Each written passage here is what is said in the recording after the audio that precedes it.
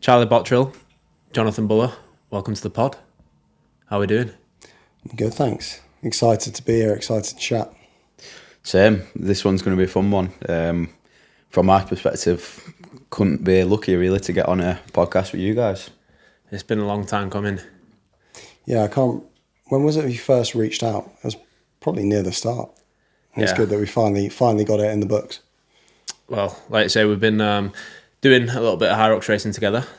For the people that potentially are watching this and don't know who you are, Charlie, would you just be able to sum yourself up? I'm Charlie Botterill. I'm 24 years old and I'm a HYROX Elite 15 athlete. And I think Jake and I probably have raced with and against each other must be over 10 times now. Yeah, so definitely. If you've seen Jake race, you might have seen me in the background somewhere. Or ahead of me, winning. You've, since actually getting into the Elite 15, which we'll go back and talk about your full story, but when was your first Elite 15 race? My Singles? first Elite 15 singles was December, so 5 months ago. Which is insane. And since then, you've been smashing every major, but not only every major, every other competition as well. I think you've had probably the best season that anyone, especially from the UK, has had, I think, if not worldwide. Yeah, I wasn't expecting it to kind of go this well this season. I was kind of hoping maybe to sneak into the London major is what I circled as my first, as my main goal for the season. Not even to really compete or get a good spot in it. It was just kind of get to my first singles major and then try and qualify for worlds and the doubles. And thankfully we've done both. So it's been successful, but I'm just really excited now to lock in and get my head down ready for Stockholm. So as of now, I think we're 7 weeks away from Stockholm. Is that right? Yeah, 7 weeks last Thursday. So just under 7 weeks. Class. Obviously, we're here this weekend racing. We actually raced this morning, myself and you. You won. I came fourth. How was that race? It was good. The Cardiff course is an interesting one. I think the sleds were quite tough on that flooring. You're going to talk about your tactic? We can talk about my tactic. John, what's your opinion of this tactic? I think you called it cheating before. Yeah, we were joking at lunch and I did say that basically he cheated, but my actual thoughts on it for someone like Charlie is that it's it gives him a bit of freedom. It takes maybe a little bit of pressure away. It stops you getting drawn in at the start and maybe doing someone else's race pace. And I think then Charlie seems to like the idea of kind of like coming from behind, catching people, running past people, having that sensation of like taking over and going quicker rather than the other way, which is potentially slipping backwards. And also interesting comment from Charlie, which I think people will be interested to hear, is that for whatever reason, often the first couple of sled lanes seem to be potentially a little bit harder or heavier. So the way Charlie did it, he was coming into the sled in, I don't know, maybe 8th or something, 6th. Yeah, I think I came into the push in 5th, I think. Yeah, so it's just like more into the middle of the sled lanes as opposed to at the edge of the sled lanes. So I think it's an interesting tactic. Well, just explain the tactic. Yeah, so before the race, I got told that the first 2 sled lanes were really, really bad. And it seems, I know HYROX are trying to make it consistent, but it seems the first 2 lanes are always a bit tougher. Like I had a really tough lane in Manchester and I was in lane 1. And then the same thing happened to a few people in London. I'm not sure if it's just because it's the end of the lines of turf. Like when the turf rolls up further down, it kind of causes a ripple effect maybe. But I got told that. So I was like, I just don't want to go into those those lanes in the lead and then potentially suffer with a heavy sled. So I just waited in the start tunnel for 30 seconds or so and then ran out. Obviously you can't do that in an elite race because it's gun time, but in a age group race it doesn't. There's no ruling about when you leave the start tunnel essentially. Smart little tactic. I thought I didn't even know. I was expecting you to be with the pack. For reference, in the race, there was Luke Greer, who obviously shot out like a bullet as fast as he could. Then there was Liam. Yep. And then I was just behind Liam, and I was like, oh. When I got into ski, I looked to the left of me and I couldn't see you. I thought, oh, where's Charlie? Like, what's he been doing? Although that being said, I did get caught in a bit of traffic coming out the ski because there was like 20 or so guys ahead of me. So maybe it wasn't actually a great idea in that sense. But then, like I don't like doing it. But when you get told before the race that the first 2 sled lanes are really tough, you just don't want to be in them. At the end of the day, it's just you thinking outside of the box. That's how I see it. Yeah. Like, you're doing the extra work, doing the studying the actual course to the extent of how each sled lane is, and you're looking before the race, you're analysing other people, and then if you know that, like, use it to your advantage. Like you say, you're not breaking any rules by doing it. You're just kind of like thinking outside of the box, so fair play. Guess who was in lane 2, actually? Oh, was it you by any chance? It was me. So I'm the sucker that just went out there. And it was interesting because I didn't actually come into the sled push second. There was 2 people in front of me. And I did wonder, why did they slow down and let me go past them? And I think that might have been the reason. So yeah. I'm a stupid one that went into that sled. But, I think it was a decent day out. Cardiff seems like a good venue. Mm-hmm. We have the luxury of racing tomorrow together. We're going to do pro doubles. We'll see how that goes. Hopefully just have a bit of fun, try and get some points for next season. But I think the course is actually, I kind of prefer them courses, even though, like you said, the sleds were heavy. Like, it was good. I think it's better than like a Warsaw where it's super, super fast. Yeah. Or like a London XL where it's super fast, and then people are like, oh, it's just a course or whatever. Like, that was a slow course, tough sleds, and I think it shows who like the top dogs are. And fair play to you, fair play to Luke Greer and Liam, who I'll take you out of this equation, but definitely Liam and Luke Greer aren't the biggest guys, and the fact that they can push them sleds when they are super heavy, and then still run and get a great time, like, it's insane. It just shows the work that they're putting in, and like the kind of like dog mentality that they have, which is pretty sick. Yeah, and if you look at the coming out of the sled pool, it was actually Mick Stevens who was in the lead, and he's an ex-semi-pro rugby player. Big lad. So when he saw those sleds, he must have been like licking his lips. And he came out, and to be fair, when I left the pool, he was ahead of me, and I was like, he's really like done a good shift there. So it is interesting when the dynamic switches, and it is a course where maybe things are a bit harder. Like, I think in Spain, for some reason, I don't know if it's the air temperature, the pressure, whatever, but the sleds always seem to feel a bit tougher out there. But it's an interesting dynamic, and I think what I really enjoyed today in our race was how close everyone was, and how the lead kept on shifting. Like, at one point, I was in the lead. At one point, Liam was in the lead. Mick was in the lead. Luke was in the lead. Like, it's not one of those races where someone bombs out in front and then it's a try and catch them job. Like, it was close for a lot of time. No, it's good. I want to take it back, because I mentioned there that you've been in the Elite 15 very recently, and you've had a great season. But I think you've had the most races out of anyone in HYROX ever. I think I'm in the top 10 for races, but of the Elite 15 field, I've done the most races. And you've been in this sport for quite not long, but like the time that you've been here, like, you've been racing back to back. You've been really kind of like grinding away, and it came through for you. I feel like you saw like a massive progress at the back end of last season.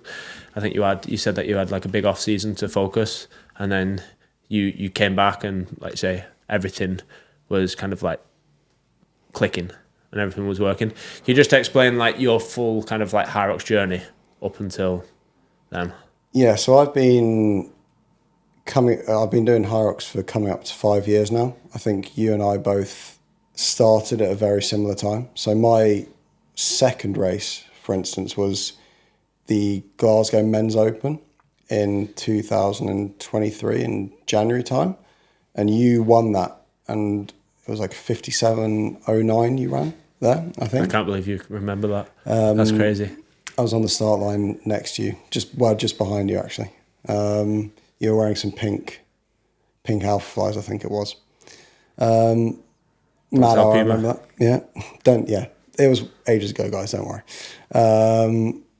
But yeah, so I did some open races that season, qualified for the age group championships in Manchester, raced there, got humbled because it was my first pro race, and then really kind of caught the bug. I just plugged away for the next season, and then I came into the 2024-25 season, and I knew that I'm not physically at the level yet where I can compete with the Elite 15 guys, but I know that in a couple of years I will be. And I knew that from my cycling background, I could do a race and a race and a race and a race and not lose too much in performance. So I decided to kind of race as much as possible over weekends and make a bit of a name for myself in that sense. So everyone kind of knew me as the kid who just raced a lot at the age group level and did quite well. And then thankfully that kind of built up my experience and built up my racecraft and built up my reputation in the sport in a different way to kind of just being an elite guy. And then after Chicago World Champs, I chose to miss the age group singles to focus on the elite doubles there. And after that, I kind of knew where I was physically, and knew that if I put in a good block over the off season, that I could compete for the Elite 15 spots. And I actually booked my flights to Melbourne in August before I'd even run a race, because I was that sure that now is the time where I can actually start to deliver. I'd had 4 years where I knew I wasn't quite there physically to compete with the top guys, and then just going into this year I knew that I had a chance. So I booked the tickets and then gave myself no option but to qualify. What a story. How did that pressure feel? Like you said, did you put the pressure on beforehand, or did you just know that you was in form to book them tickets for Melbourne? Bear in mind, like you said, you was in August. The season hasn't even started yet. You needed to get 2 really good times before the start of December to then go and race at the end of December in Melbourne. Did you just have a feeling, or did you want to kind of put that pressure on yourself? Yeah, I think it's all well and good saying that you can make it there, but then when you put things in place as though you are going to make it there, you kind of have that innate pressure on yourself. Oh, I've organised all this, I should probably go and do it. And to be fair, the first solo race I did in this season, I didn't actually tell anyone about it. I just bought the ticket. I didn't put it on social media. I didn't post that I was going to go out to Poland. And then I just went and raced. And it was quite nice and freeing to just go and race, and you don't have to think about what people are going to think. I just went out there, raced, ran ran a time that for quite a long time was my PB. What time was that? I ran 54:49. Wow. And then 4 days later, I ran the pro in Valencia and ran a 56 there. To kind of that got me into the Elite 15. And then 6 days after that, I ran the pro in Birmingham, where you pit me on the wall balls, and I ran a 55:31 there, and that kind of got me in the Elite 15 for Melbourne. Bear in mind, I think you'd raced on the Wednesday as well, so you raced four times in less than 2 weeks. Is that right? From Sunday to Saturday. So 5 times in 13 days. Which is crazy. John, how do you see Charlie's progression? From a coaching point of view, seeing his progression over this time, Is it just the work ethic? Is it the constant volume? Is it the consistency of racing? What do you think it's down to? Like, so obviously, for people that don't know, me and Charlie speak a fair bit regarding training, pick each other's brains. And what I've seen, which interests me quite a lot, is I think Charlie has a really good understanding of what is good for him and what works for him. I think we all get trapped by sometimes maybe looking at what someone else has done and what's made them strong and then just trying to copy it. I think Charlie's aware, and I think he's quite smart, and he listens to what other people are doing, but then I think he's actually quite good at understanding what's good specifically for his progression. So he's quite good at, and we speak about this quite a lot, taking bits from here and taking bits from there, but then putting his own stamp on it. I would describe him as a bit of a human guinea pig. Like, he's quite happy to go a bit rogue and try stuff that maybe other people are not doing. Some of the protocols that he does, it is a little bit outside of the box, let's say. Whether that be doing lots and lots of races and using them almost as a training stimulus across a weekend. Some of the other protocols that we've spoke about, which we may go into a bit more detail. I think he's quite good at just like going, do you know what, I'm just going to try that and see if it works. One thing that a lot of people might not know and probably don't even understand is Charlie has and is tracking his data very closely and has been for a long, long time. So he's not just doing things and then being like, oh, that seems to have worked. He's actually looking at the metrics, looking at the data and having not only like a performance metric, not only kind of how he feels from stuff, but he's also got some numbers on a screen and some pretty graphs that tell him whether certain things have worked, whether he's in good shape, whether he's not in good shape. And he's very kind of much a scientist and data analyst when it comes to that side of things. And a little bit different, I'd say maybe the opposite to you, Jake, in that sense, where he's almost like kind of obsessed with what his fitness looks like in the form of a graph, essentially. So I think that's probably one of his superpowers. So a lot of people will be questioning his volume or how many times he races or some of the weird stuff that he does. But Charlie's actually thinking about all these things with a lot of depth, collating a lot of data and factual evidence, and then putting his own training program together in a way that he feels is going to progress him the most and the fastest. That being said, I also think Charlie's quite patient. So a lot of people want to be able to get into the Elite 15 next month. And that's something that people will ask me, I need to get in the Elite 15. And I'm like, cool, well, let's get to work. It's going to take 5 years. And they're like, 5 years? Like, I want this now.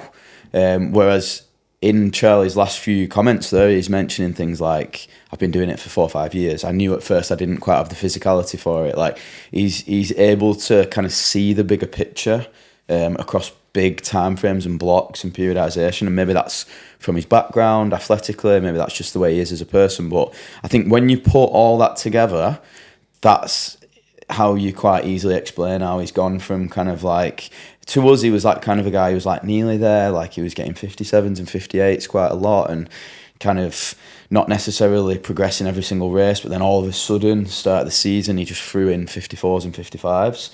But then when I actually spoke to Charlie, it wasn't that surprising, and it was quite obvious that it was on that trajectory when you got into a little bit more depth as to what he was actually doing and the way he was planning. So that's how I see it, and obviously I'm privy to maybe a little bit more information about Charlie than other people, but it's quite interesting that he's very much a self-automated guy. Like, a lot of people ask me, do I coach Charlie? I don't coach Charlie. I have some nice conversations and act as a soundboard for some of Charlie's ideas and let him, kind of talk about what he's planning and then just offer a slightly different perspective maybe. And then he takes that and kind of goes off and does his training. And that, for Charlie, seems to be the magic formula, I think.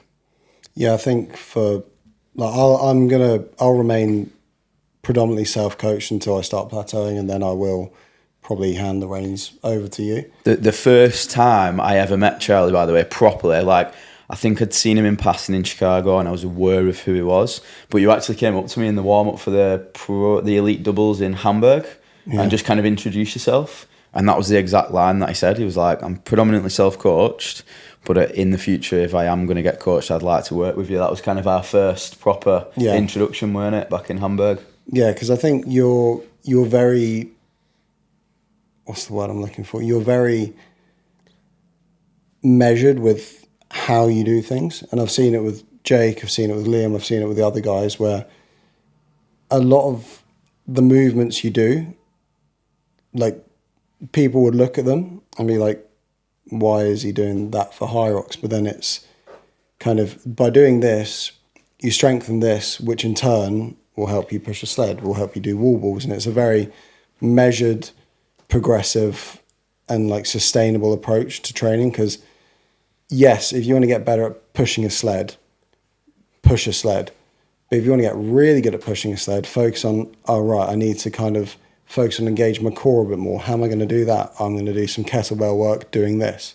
So I think that's one thing about your coaching that really stands out above pretty much every other coach I've seen. It's like very system-based to get better at something rather than just doing the thing to get better at the thing. Yeah, I think we obviously speak about this a lot, and we mentioned it on the podcast the other week. And I and unless I'm missing something, I don't see a great deal of information about it. I don't see a great deal of coaches that are really emphasising it. But as far as I'm concerned, like, you have to maximise what you have available to you as a human.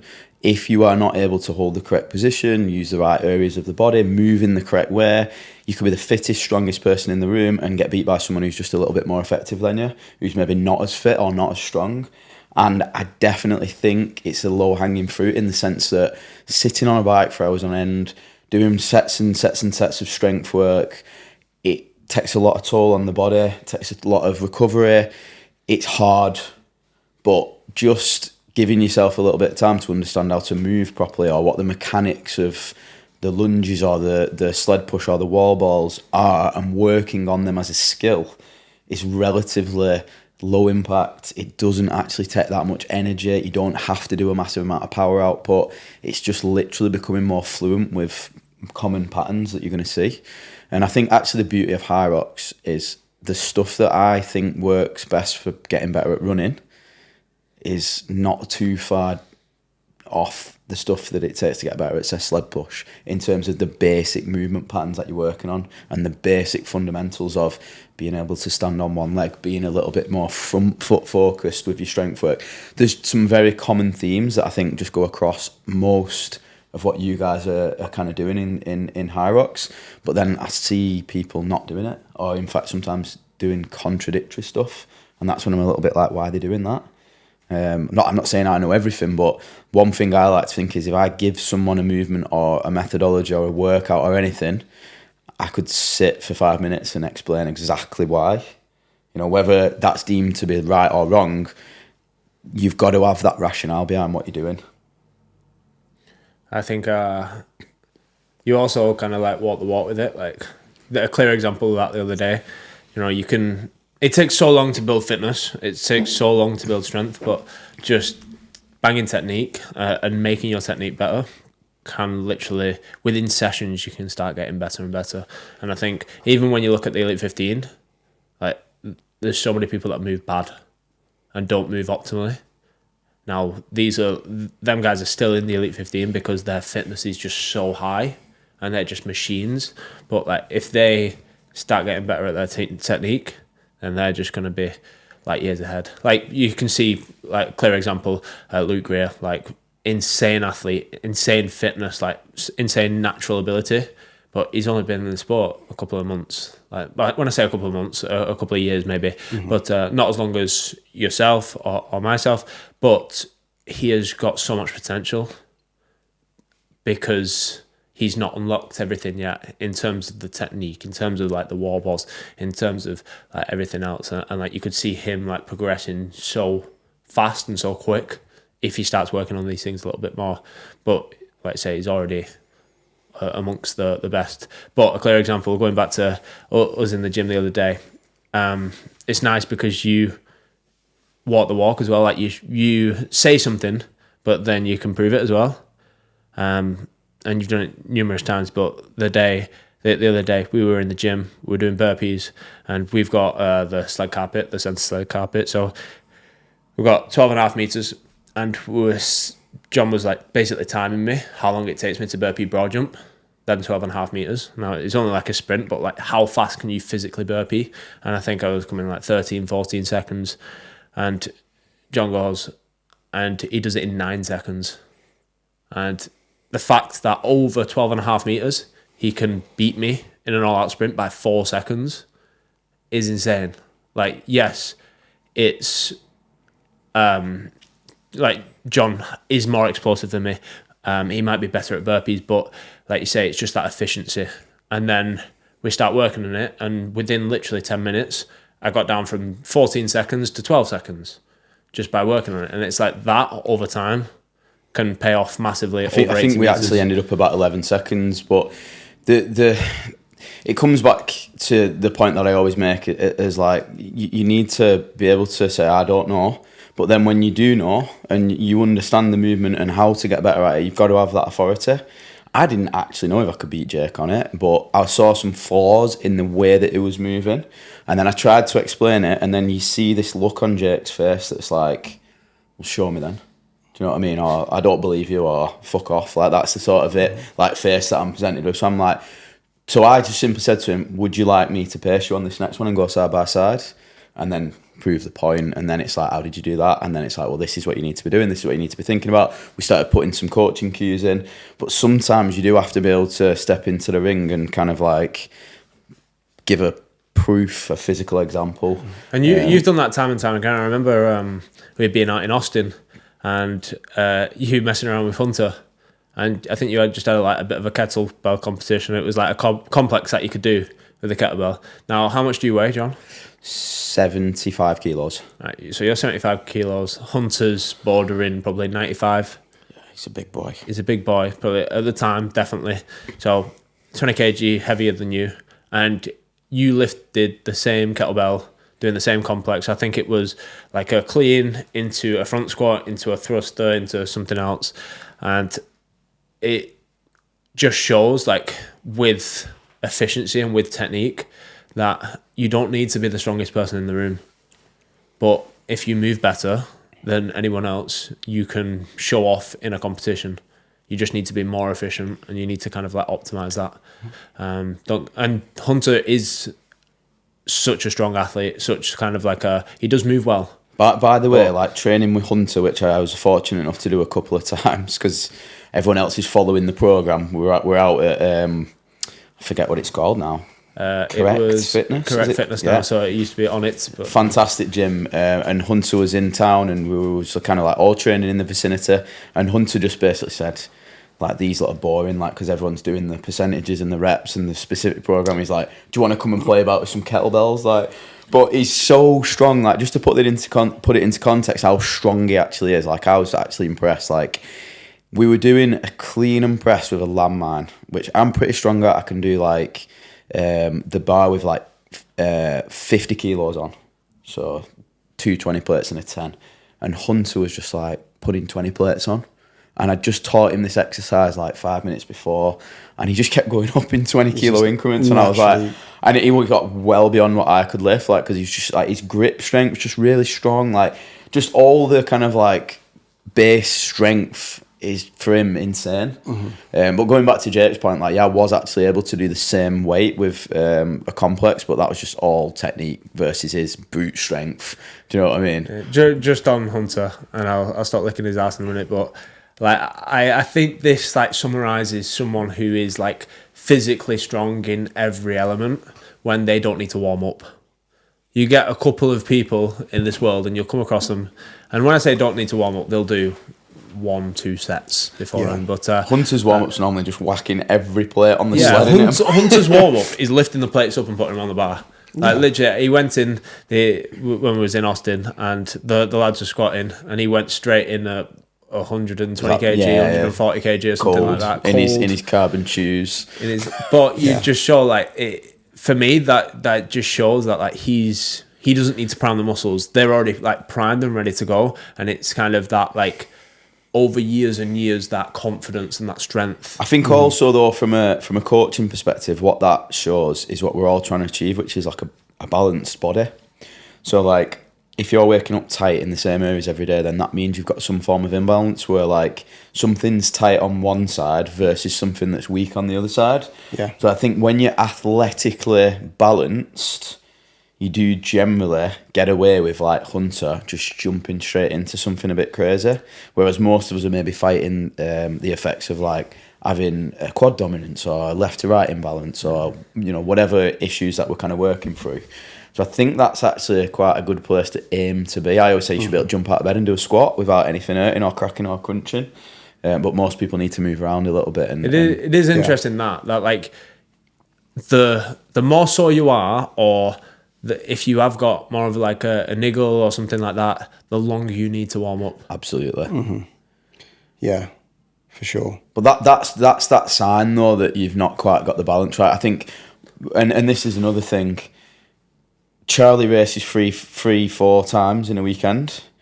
Like, if his body wasn't in balance and his tissues weren't of a certain quality and he wasn't looking after his nutrition, all these other things, he would not physically be able to do that. And often I'm sure Charlie gets maybe criticised or questioned, you know, you're going to burn yourself out, you're going to get injured, you're going to do this, you're going to do that. But actually, like, if you're in a position of being in a healthy state, whether that's like muscle balance, whether that's just your health in general, your body will support that, you know, and you're not actually risking injury because you're not pushing to the limit, you're not going to the max weight that you can lift, you're not running as fast as you can run. And, you know, I see it time and time again where you guys race on a Friday or a Thursday and then you wake up the next day, you may be a bit sore, a bit tired because you've been, you know, maybe had disrupted sleep and stuff, but you get moving and your bodies look good, you know. Yeah. And that's a reflection of the state that you're in, the training that you've been doing and all these different things. And I think you've obviously used that to your advantage by getting a good training stimulus on these race weekends. Yeah, and people only see your race results. Absolutely. So like most people don't see that I spend 60 to 65% of my training in a week in zone 1.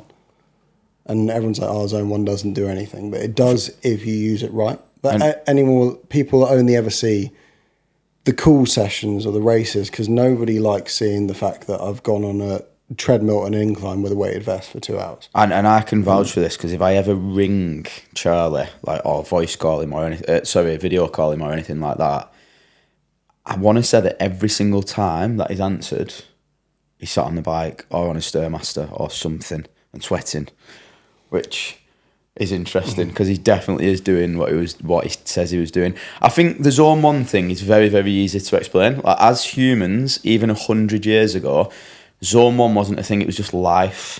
We used to move around a lot, we'd be on our feet a lot, we'd be doing manual jobs a lot.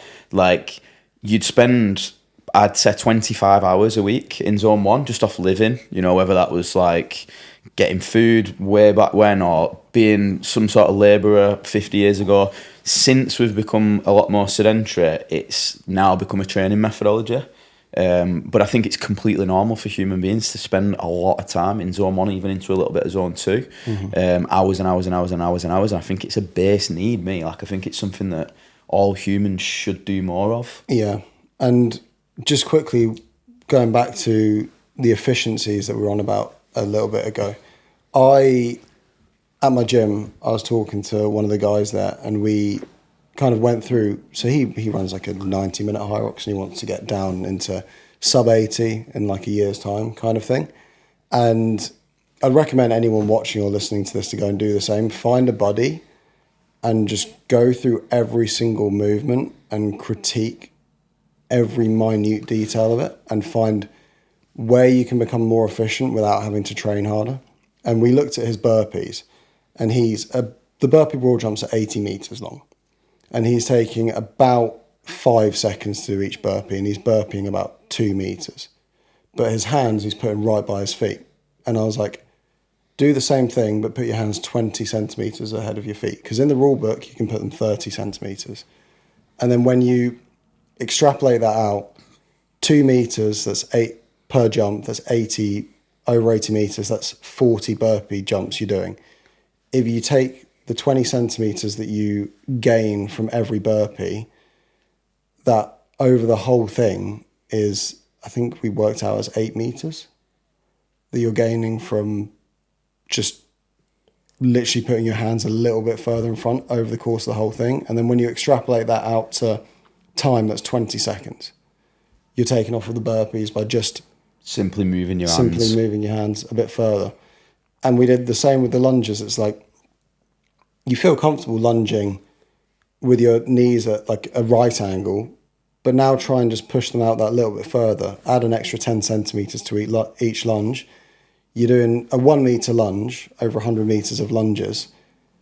That's 100 lunges you're doing. If you add 10 centimeters onto that, that's 10 meters. It's 10% difference in it. And then you're doing 10 less lunges. You're doing 90 lunges instead of 100. Yeah, and if your lunges are taking you 2 seconds each, that's another 20 seconds. So just by maximising the distances you can do, you're taking 40 seconds off of your race time, and you don't even, that's without getting fitter. And I guarantee, if you look at Ronkovic, or if you look at Tim, or if you look at Hunter, they're probably looking at that rule book and like seeing where can I gain every minute detail without having to get fitter or work any harder. Yeah, where can I just be like smart and just use the rules to my advantage?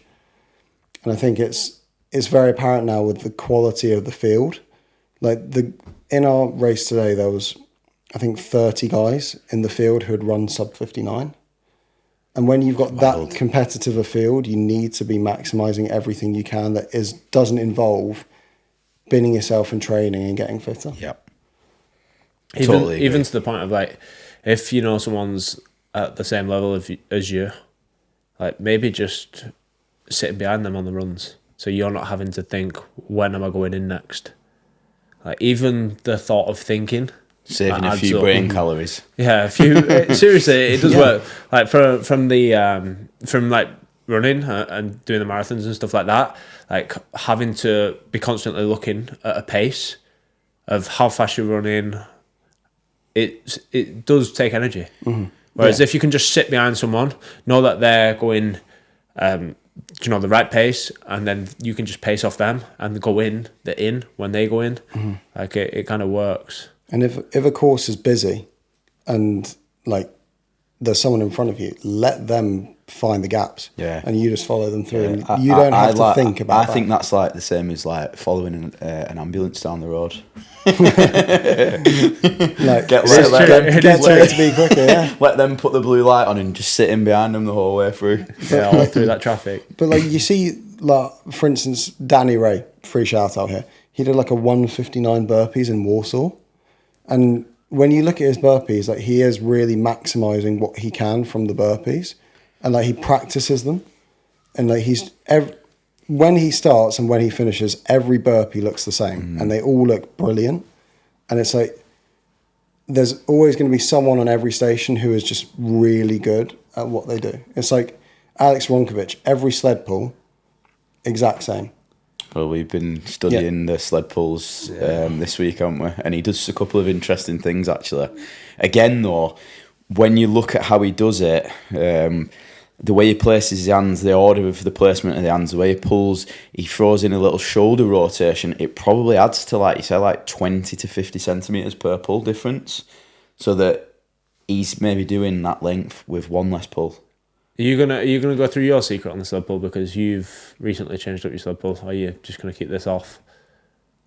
One of my secrets is like I'm doing it more, but whenever I'm doing it, I'm really intentional with how many pulls is it taking me to get the sled from A to B.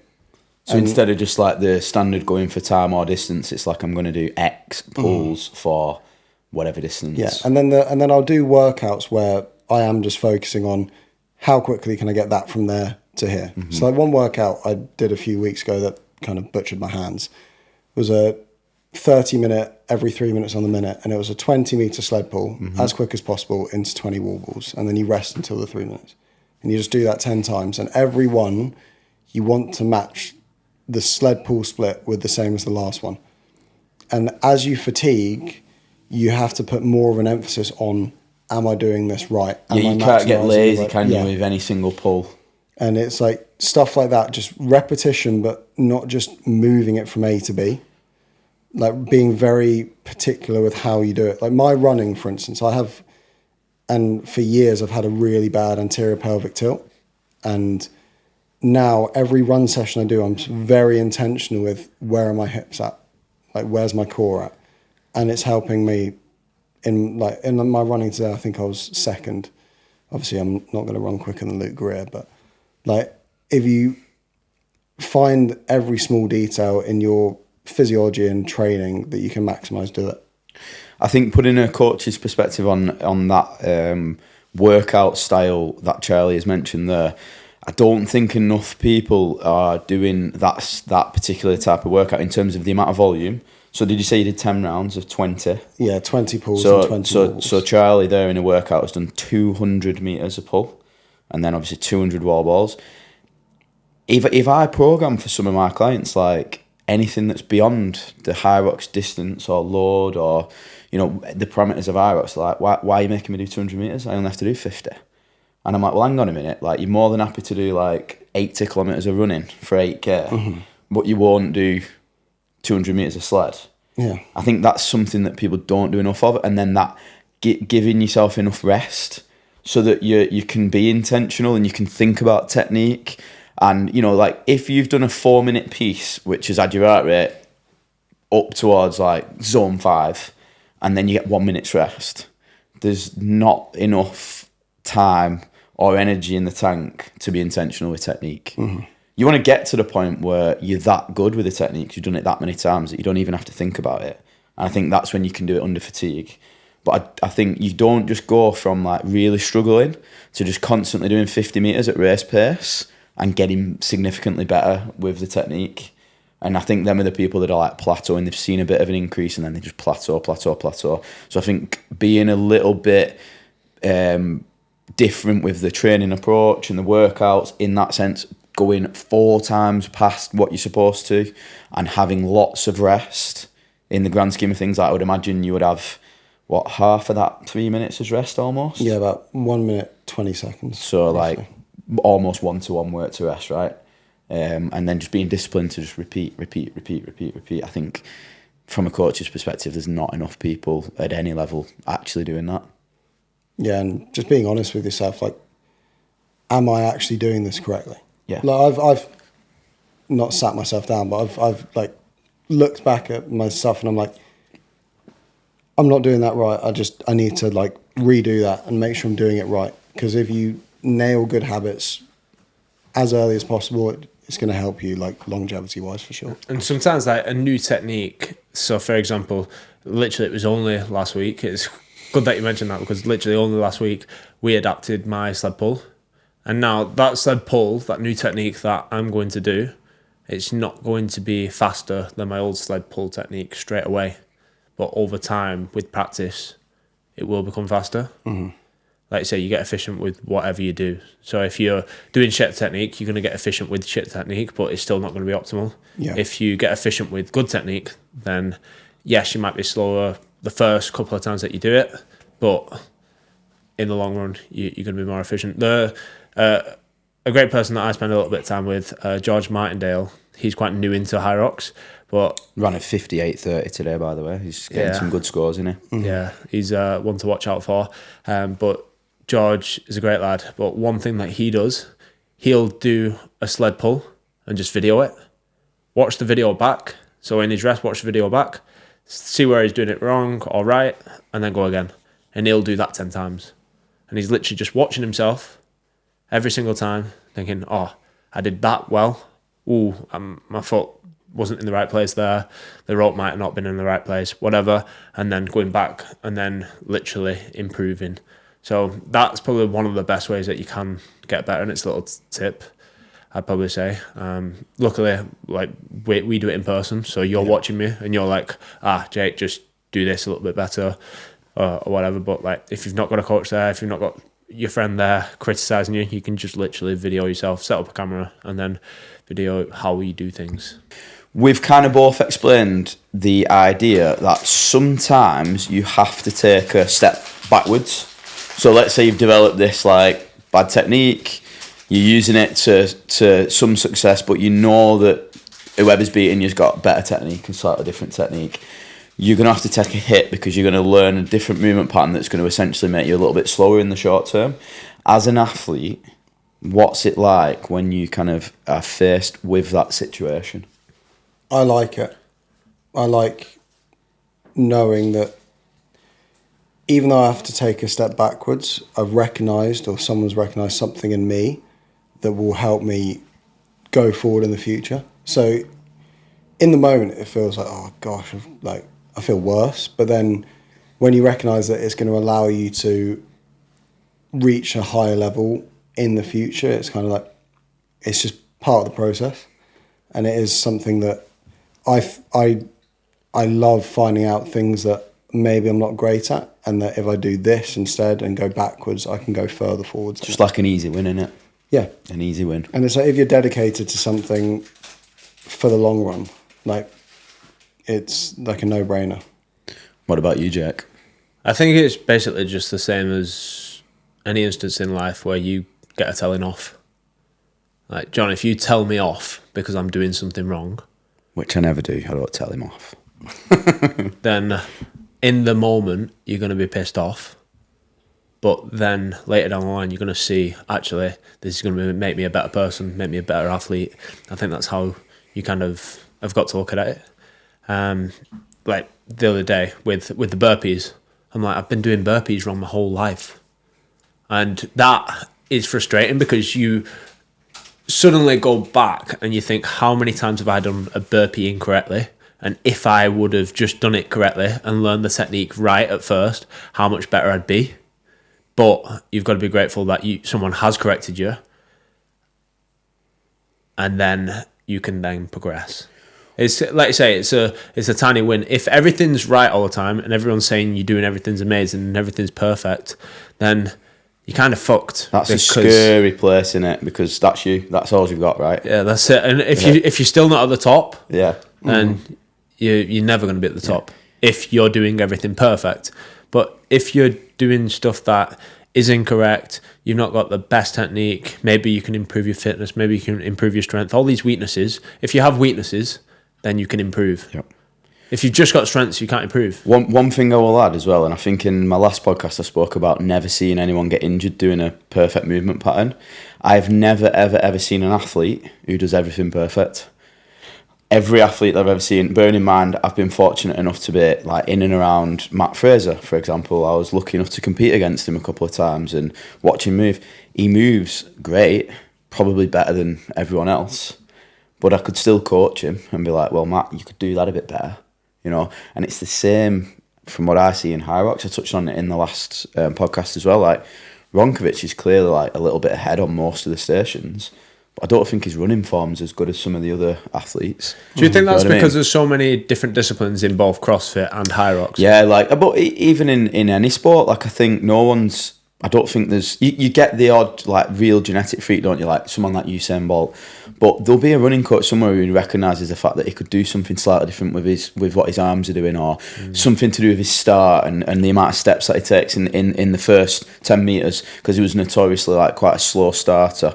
Like, there'll be something in his game that could be improved.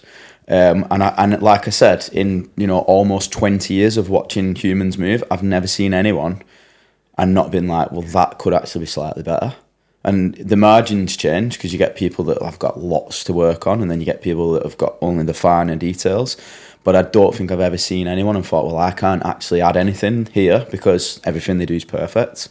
So I think when you are winning, it's easy to be like, I'm just better than everyone else, and forget that you're still growing as an athlete and learning as a person. And like, your ego can almost convince you that you've completed it. But like we said last time, how many times does someone win the World Championships and then the next year there's someone hungrier, someone's worked harder, someone's looked at the weaknesses, and maybe the world champions took the foot off the gas a little bit, and you get a new world champion. And then it's back to square one. They start questioning themselves again. Like, I think you two both have in common, I think you've got a lot of differences as people and athletes, but you're both quite interested in kind of finding out what you're not great at and figuring out the problems and how to improve. Maybe that's why us three are sat in a room together now, because we've all got that kind of common ground. But I think a lot of people, because they're pretty good and they've had a bit of success, are yet to recognise the fact that there's lots of things to work on. Luke Greer's a good example. I've spoke to Luke quite a lot. I get on with him great. We have chats. I see him at a lot of events. I see him as someone who's a little bit arrogant, and I don't mean that in a derogatory way at all. And I'd be very interested to see how he approaches getting better at the stuff that he's not very good at. Will he just continue to run faster and try and just hang in the stations, or will he take advice from other people, start to break himself down and what his weaknesses are and start to work on it? He's clearly doing it a little bit, but it'd be interesting to see his progression in the future, because I think you do get some people who maybe refuse or can't see that they've got room for improvement.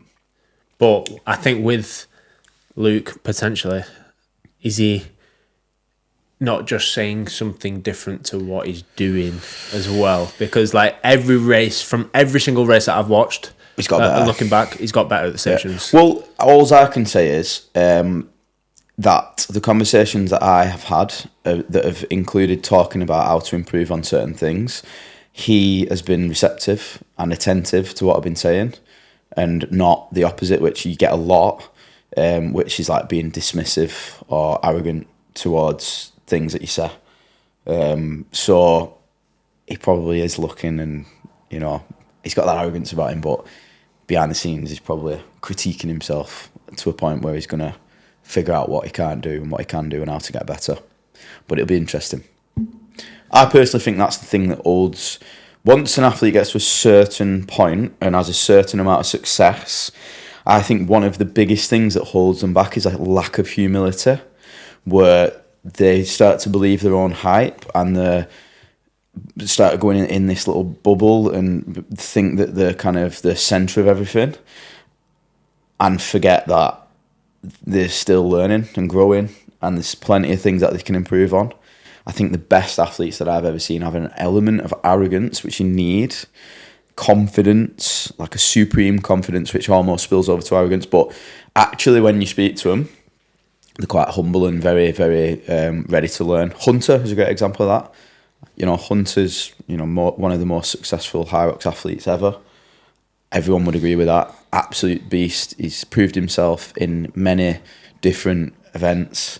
I don't think we can not even just HYROX, just like the hybrid scene. Yeah, he's the OG and, in my opinion, number one hybrid athlete in the world. Without doubt, yeah. I think he is. You could throw him into a CrossFit competition and he will do better than any HYROXer. He's good at running. He's very strong. He's so rounded, it's unbelievable. But every conversation I've had with Hunter that's revolved around training, he'd be like a beginner on a beginner's course at my gym that's like dead eager to learn and listens to every word that you say. Yeah, do you know what I mean?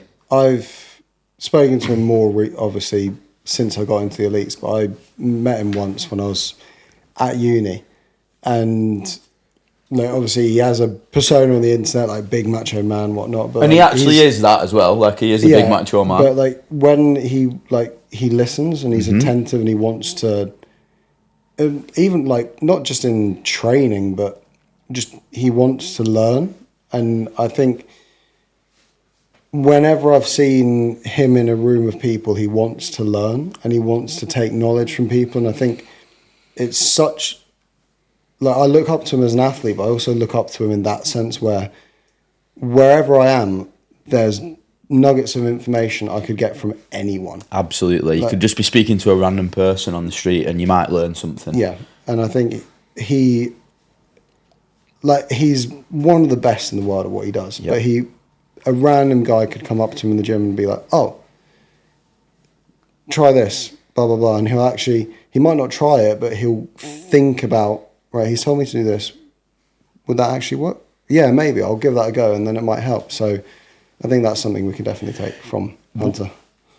A question for you guys, which I think will be really helpful for kind of people watching this, is if you was to give a couple of pieces of advice to, I think, someone who's been doing HYROXs and kind of getting better and wanting to get to that higher level, what would it be?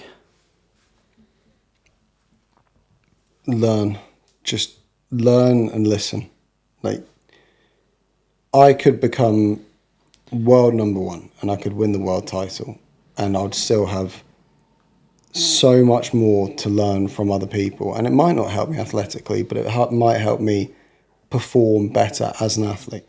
And I think that's the most important thing you can do as an athlete, but also as a human, is learn and listen from people, because there's so many people who have stories or advice or experiences that can benefit you, and you just don't know it because you're not listening. So I think that's probably my bit of advice. And I don't think it's necessarily either about you having to agree with everything either, is it? Do you know what I mean? Because I think a lot of people like only listen to things they agree with. Mm-hmm. But what about you, Jake? What would you say? Just everything you do within training, within life, like do it with intent. Have a reason behind doing absolutely everything, and do it to the best of your ability. Whether that's, like say, perfecting your technique, whether it's doing a session, like before you get into any session, you need to know the reason why you're doing that session and the intent behind it and how that's going to benefit your performance. There's some times where I'm pondering, do I do a second or third session that day?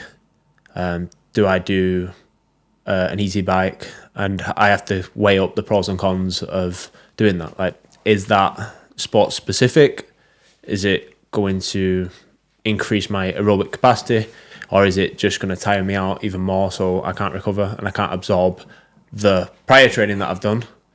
And it's all about kind of like weighing up everything and assessing everything, even to the point of your nutrition, the race, the course, like you say, studying the course map beforehand, like just going into everything with intent and like giving everything like 100% and not like half-assing anything. It's a really good point.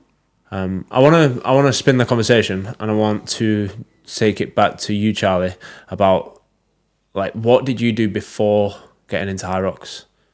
So I first started HYROX in early 2022, and then before that I raced out in France domestically for a professional team out there. Was that your like first like entry into sport, or did you play like football, rugby beforehand? Yeah, so I played football from the age of 5, I think it was, I started, and I played that for 10 years. I played in the academy level, so I played for Reading. What position, by the way? I was a goalkeeper, and then I moved to a striker. So, come on. What did you do? Come up for a corner in one of the games, and they were like, I do. Well, I didn't enjoy being a goalkeeper, but looking back at it retrospectively, and like this might sound arrogant, I would have made it to quite a high level, and a lot of people in my club knew that, and that's why they were so like wanting me as a 6-7-year-old kid to just stay in goal, and all I wanted to do was play outfield, and they're like, no, you got to stay in goal, kind of thing. So yeah, I played football for 10 years of my life, and then I got 2 really severe knee injuries, so I couldn't play any contact sports after the age of about 14, which was a shame. But in my rehab from those injuries, I took up cycling, and I've always wanted to be a professional athlete from like day dot. That's been my one like drive and passion. So took up cycling and then got quite good at that. Went out to France and raced for a team called Cube Decept. So we were sponsored by Cube Bikes, and that's kind of, that level of racing is like, if you do well there, you then make it into like the world tour teams and the really good, like the teams you see on the TV. So that level of racing was hard, and it was hard doing it in lockdown in France. So genuinely, I just stopped doing it because I woke up and I was like, does this actually make me happy? And am I fulfilled in what I'm doing now? And the answer was no. So I stopped cycling in September 2021 after doing it from about 2018. And so you, like, only 3 years? Yeah, so... You was doing cycling and you got to that level within 3 years? So I got... Was that road cycling, Charlie? Yeah. So I was a junior from 16 to 18, and then 18, 19, I kind of progressed into that That's insane that you can, like you say, build that level of fitness and get to the standard within like a couple of years. Yeah, but I'm just, any sport that I've done, I've always been all in. Like, I think Nick Bare's got a great quote that's all in and not all consumed, but like I've kind of ridden the line between those two in a lot of sports that I've done, and cycling was no different. Like, I went all in on it, and it didn't work out, but it kind of gave me that aerobic platform to do well at this sport, and I'm really happy that I found a sport where it does kind of encompass my whole life, but in such a good way. Like, I race, but then I can come and chat with you guys, and then we'll go out for lunch together, and then I'll meet other friends, go watch other people, and it's like... It's kind of healthy. Yeah. I always see like HYROX is, as sports go, like it is quite a healthy sport, because the race itself is only anywhere from, let's say, you doing it for 54 minutes to... you know, some people do it in 2 hours, but it's a relatively like medium length race. Mm-hmm. It's not going on for days and days and days. That being said, like, you go and compete on a weekend, you're not absolutely battered for weeks after. It's not like doing a marathon or doing an ultra or, you know, going to the Tour de France or whatever. I think CrossFit competitions used to ruin you, you know, for weeks. You'd done like 8 events in 2 days. Yeah. So it's not, you're not battered from it. Isn't like a power to weight ratio where you've got to be as skinny as possible. Yeah, like we'll probably touch on that with cycling and running, but like HYROX, like you do need an amount of muscle, which means that you need to train and fuel for training. So that means that you can enjoy food and have like quite a balanced life and go out with friends and eat. But then, like you say, it does. This is where it probably changes a little bit, especially from athlete to athlete, but you probably train up to 25 hours a week normally, which is on the high end. Some people are training 10 to 12 hours a week, and again, still being around that elite 15, but it still gives you time to have that bit of a balance where you can do other things. And I think that's the pretty sick thing about HYROX. And it's all over the world. So when you're traveling, you're meeting the same guys, so you become friends with these people. You either meet up with them beforehand or after. When you're traveling to new cities, you go do a HYROX, and then you literally on a city break after that. And it's pretty it's a cool way to... I think it's a lot cooler than other sports when you think of it like that. Yeah, for sure. But yeah, going back to, like say, you found HYROX and you found like this is like more fulfilling. Let's take it back to cycling. Like, what did cycling teach you that you think you've carried over into HYROX? Like you say, an aerobic base, yeah, but is there anything else? I think race craft. So in cycling, the best guys in the world aren't always necessarily the fittest guys. They're the guys that know how to conserve their energy and race smart. Because, like, Tadej Pogačar, like, he's the best cyclist in the world at the moment. But if you look at the way he approaches races, he's very measured with every single thing he does, and he'll always be in the right place at the right time. And that's the hardest thing about cycling. Like, you might be the fittest guy in the world, but if you don't know how to navigate the group and get to where you need to be at the right time, you're never going to win a race, because when the race winning move goes, you're at the back of the group and you can't get through because everyone else is in front of you. So I think having that racecraft and understanding that it's a dynamic sport and you need to be able to race smart and race effectively is probably the biggest thing I've taken from it. And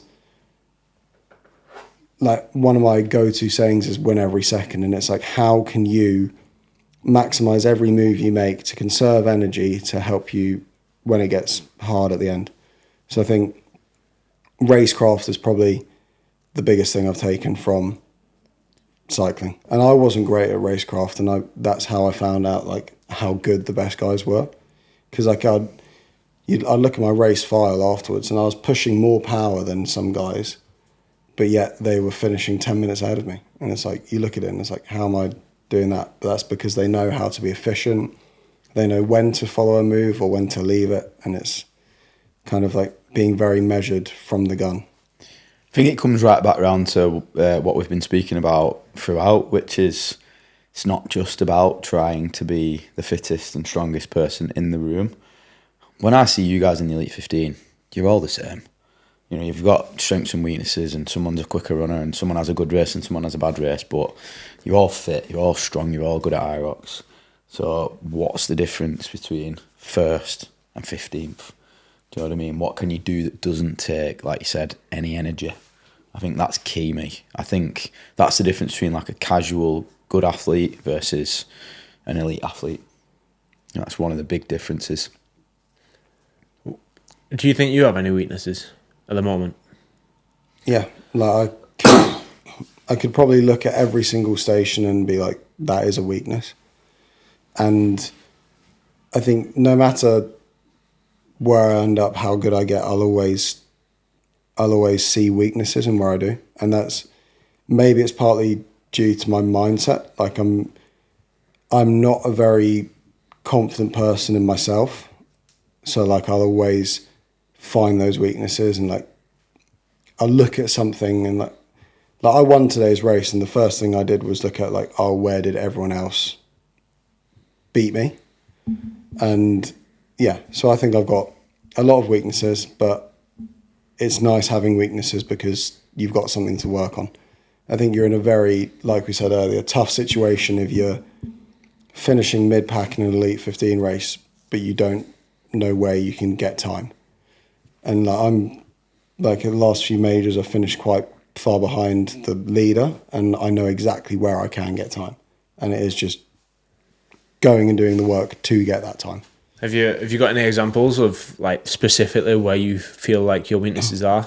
At what stations, or like, is it your strength work in your legs? Is it upper body strength? Is it your core? Is it your running? Like, what do you think?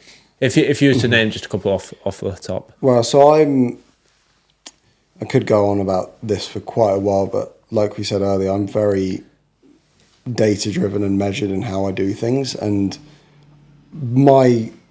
after I qualified in Melbourne, like Stockholm has been the race I've circled, and that's the race that I want to go and do well in. And my training is reflective of that.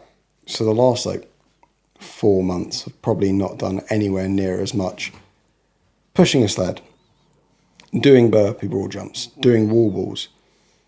But I've done loads of movements around that will help me when it comes to really honing in on that skill, do them better.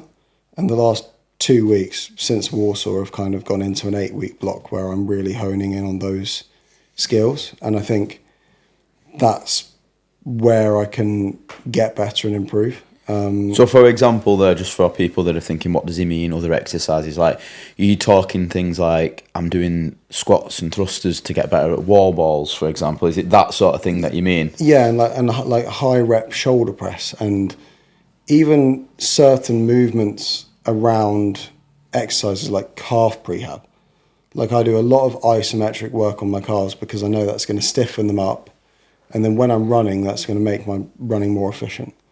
Things like that. And then like trap bar deadlifts, banded on their own, heavy, light with high acceleration. Like all of that stuff is going to help you in the sled pull, and like other movements. And it's very much like you don't need to be doing a movement all year round. Like obviously to get better at sled pull, you're going to do sled pull. We've spoken about that. To get better at wall balls, you're going to do wall balls. But if you really circle like a bigger picture, like 6, 8, 10 months down the line, a race that you want to do well at, you don't need to be super specific on those movements until like 2 months out, maybe a bit more.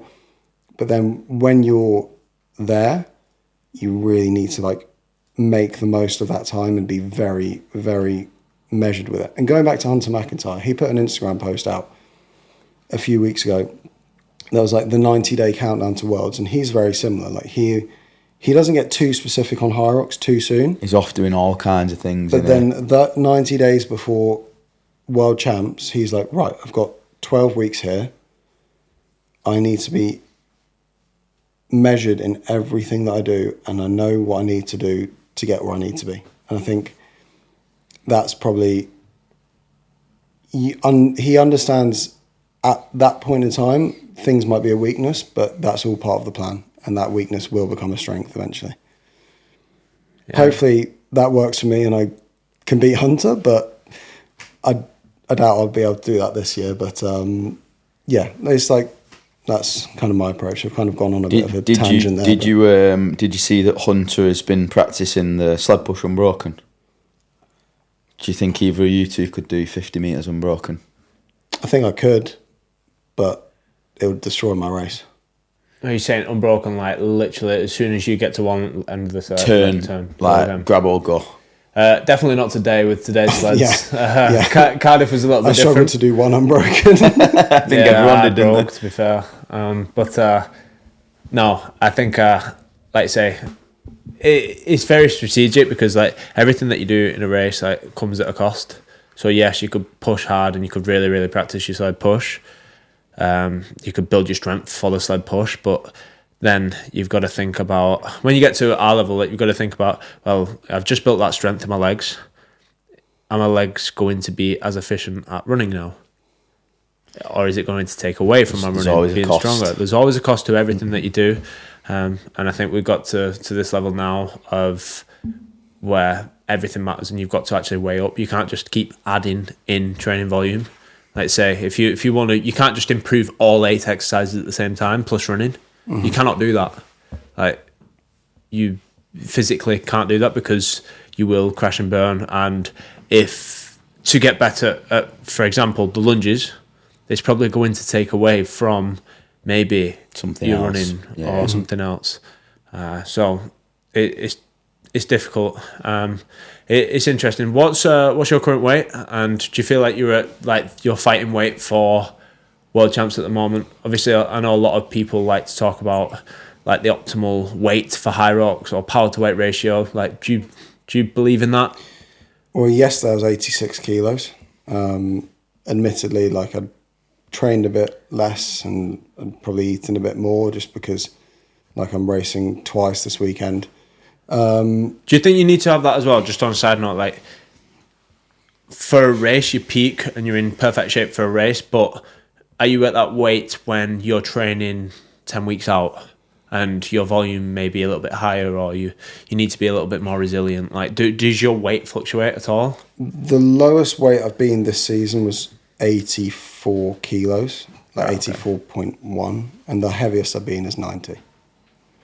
And quite a big difference then, 6 kg. Yeah, and like it's very like it's very dependent on how well do you want to perform in a moment and how well do you want to perform in 6 months' time. Like in Phoenix, I was 89 kilos, and I felt that on the runs.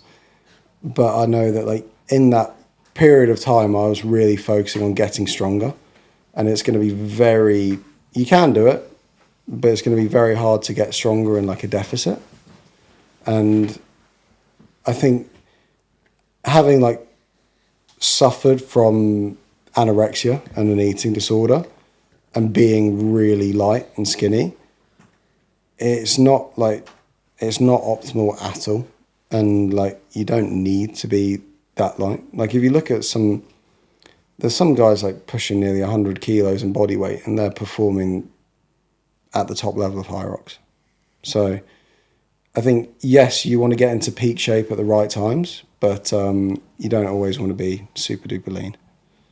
Yeah, I've found that definitely of recent.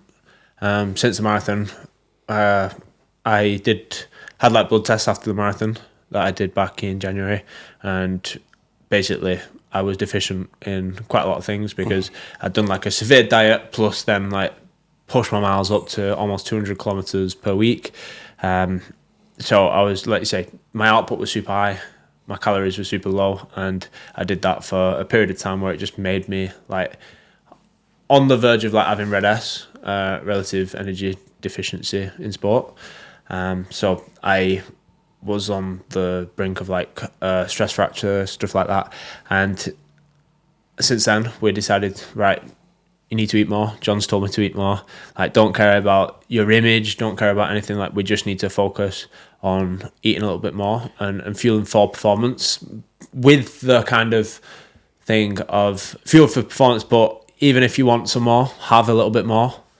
And yes, I don't look as lean. Yes, I'm a little bit heavier, I think. I'm probably the same as you, probably about 86 kg, whereas like before the marathon I was 80, if not a little bit less.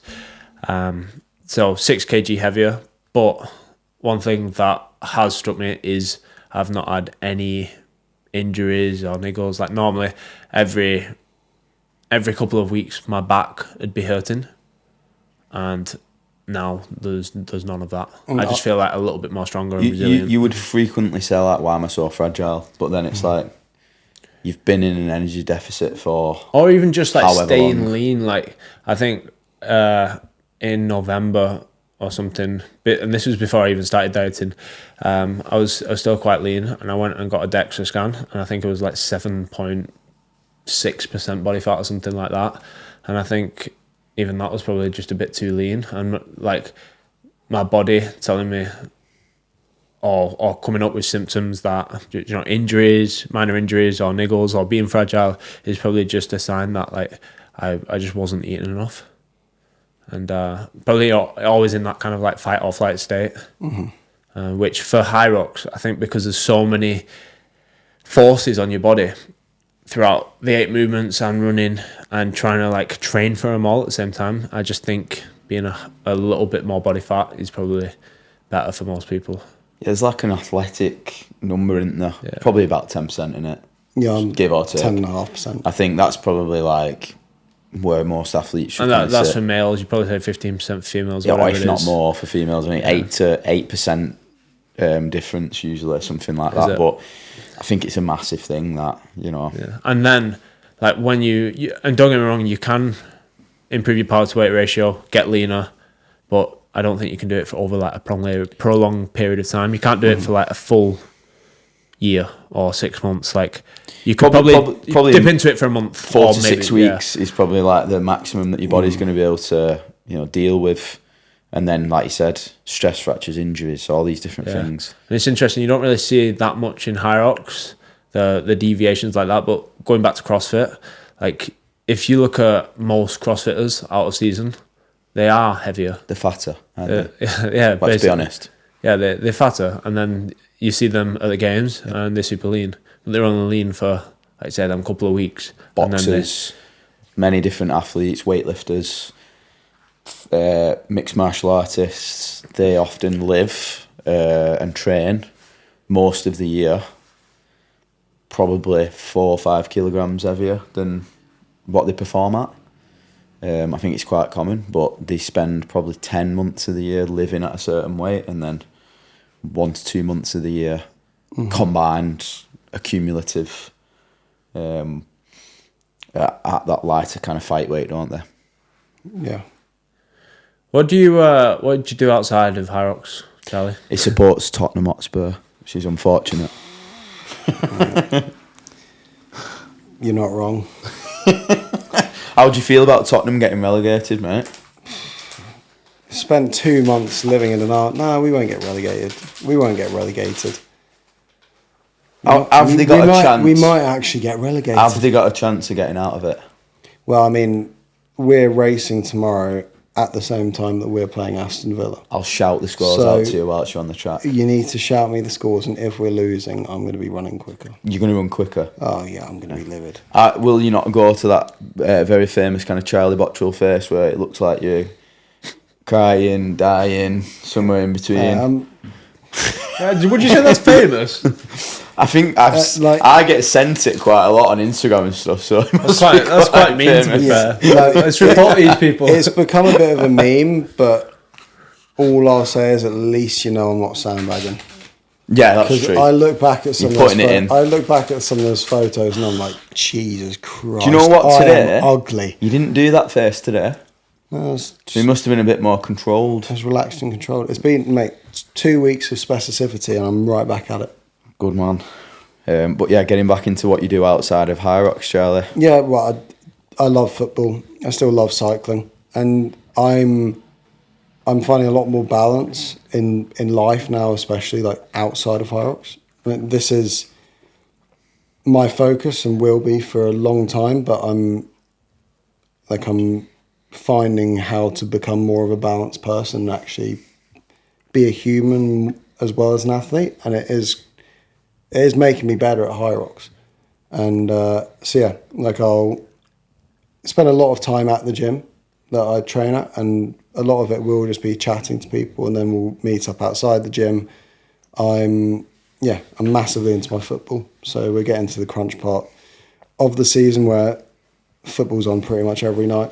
And You do sometimes go to the stadium and watch the game. Yeah, right? yeah, I've seen you on your story and stuff. Yeah. So I'll go out to the stadium with like mates. We'll go to any real football match, and like it's been my passion for quite a long time, and it will always be my passion. So my goal, like for next year, for instance, is like try and qualify for the singles and doubles by the second major. Mainly so that in December I can just do a plane hopping tour of Europe and just go to all the, like, as many football stadiums as I can. Cool. Like to watch games? Yeah, go to Munich, go to Dortmund, go to Milan, Rome, Madrid, Barcelona, and just try and, probably cost me like $6,000, but just try and go and watch 4 games a week. That'd be class. And just plane hop for 2 weeks. Go on a run in each city, like explore the city by running in it, but just do that. But I can only do that if I qualify for both the elite 15 races. So that's my training focus for that. Yeah, there's a bit of a driver there. That's cool. Do you think? I think it's worth noting, like you say there, that you've probably changed your perspective, or you've come to a realization that, like, if you're going to be doing this for the next 10 years, you need to find a little bit of balance. Mm-hmm. Because I think, like you mentioned before, so many people come to you and say, I want to get into the Elite 15. But how are they looking at that? Are they thinking, right, I'm going to do anything that I can within the next year to get into the Elite 15? Yeah, that might be all well and good. It might not happen. It might take 2 years. But say if it does, the next year you get into the Elite 15. What comes after that? You then want to stay in the Elite 15. Do you then want to progress in the Elite 15? Yeah, you want to go from being 15th to 10th to 5th to because 1st. We both had it. That first race in the Elite 15, it is incredible. Oh, yes. But after that, every race after, if you're not placing in the top 5, you're like... Disappointed. Yeah. And my first Elite 15 singles race, I came 3rd, and I was like, oh my God, this is great. My next race, I came last. And then it's like a smack in the face, and you're like, damn, this is tough, and it's going to be really tough. So, like you said, it's kind of, you really, if you're not at that elite race and you're at 100%, you're going to suffer. So, yeah. But, like, if you're serious about it, I think, or any athlete that is serious about trying to get to that next level, whatever you're doing right now, you've got to picture that you're going to be doing that for the next 10 years or 5 years at least. And if whatever you're doing isn't sustainable or isn't healthy or isn't, you can't physically maintain, then it's not going to happen. Mm-hmm. And I think you're coming to the realisation now that, like you say, having that balance where you do have football as a little out and a little bit of escape, and you do have socials. Maybe it might still be with the people from the gym, but you're going out, you have more of a social life, and it's not just full on HYROX and that is it. Mm. That's actually going to give you longevity in the sport. Would you agree with that? Yeah, and I think it's important to have people in your life outside of this bubble. Like, I've got friends who, they know what HYROX is, they couldn't tell you what all the stations are or what order they're in. And like, I'll go and meet them and we just won't talk about HYROX. They'll be like, oh, how's it going? And I'll be like, yeah, I've got this race coming up. And it's like, oh, wicked. Oh, did you hear about this? And it's like, and then we'll just go and chat about not HYROX stuff. And I think that's really important in whatever avenue you are. Like, have people outside your life who just have no interest in it. And they're like, I'm interested in you doing well. I'm not going to watch your race because I don't really know what's going on.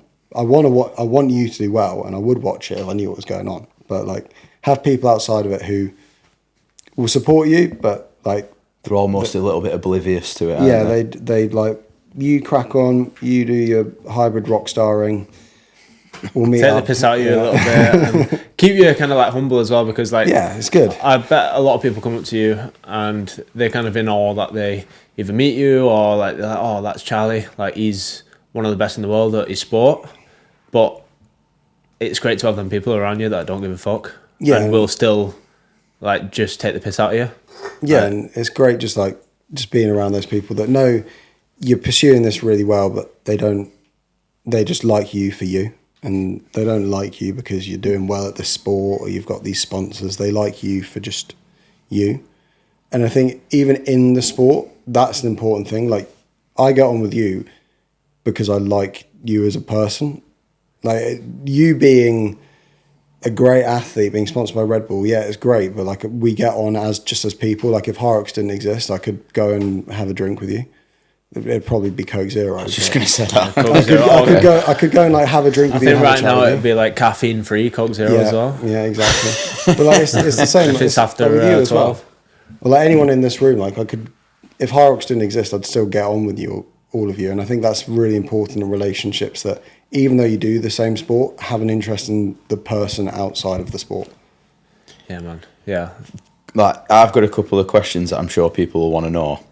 What's it like switching between the dynamic, like of this weekend, for example, of racing against each other and being in direct competition, like you were today, this morning, and then flipping that switch and then becoming essentially a team to race in the doubles tomorrow evening?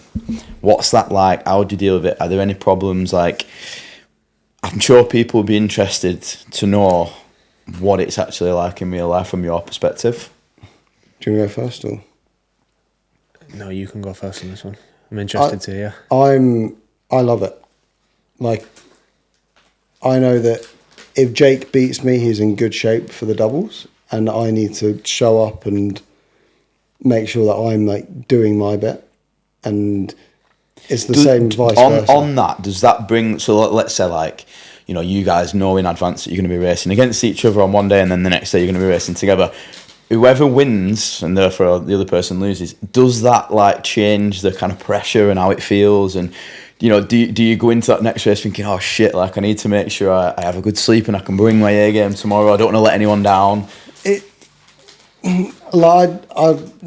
could win an Elite 15 race, and then I'd still go into the next race, like in the doubles, with the mindset like I don't want to let my partner down.